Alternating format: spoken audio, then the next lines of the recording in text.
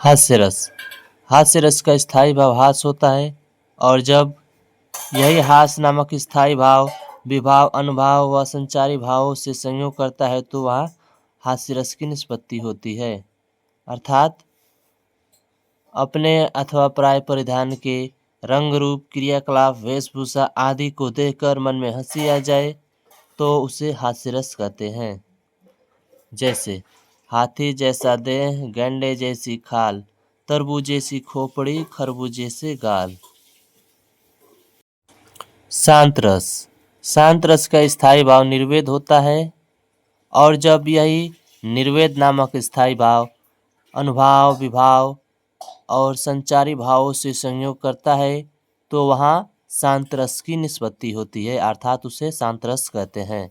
जैसे माटी कहे कुम्हार से तू क्या रौंदे मोय, एक दिन ऐसा आएगा मैं रौंदूंगी तोय। वीर रस। वीर रस का स्थायी भाव उत्साह होता है तथा जब यही उत्साह नामक स्थायी भाव अनुभाव, विभाव तथा संचारी भावों से संयोग करता है तो वहाँ वीरस की निष्पत्ति होती है, अर्थात उसे वीरस कहते हैं। जैसे मैं सत्य कहता हूँ सखे सुकुमार मत जानो मुझे, यमराज से भी युद्ध को प्रस्तुत सदा मानो मुझे।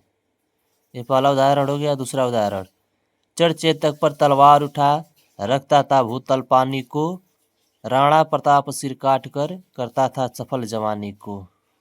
करता था सफल जवानी को। करुण रस। करुण रस का स्थायी भाव शोक होता है तथा जब यही शोक नामक स्थायी भाव अनुभाव, विभाव तथा संचारी भावों से संयोग करता है तो वहाँ करुण रस की निष्पत्ति होती है, अर्थात उसे करुण रस कहते हैं।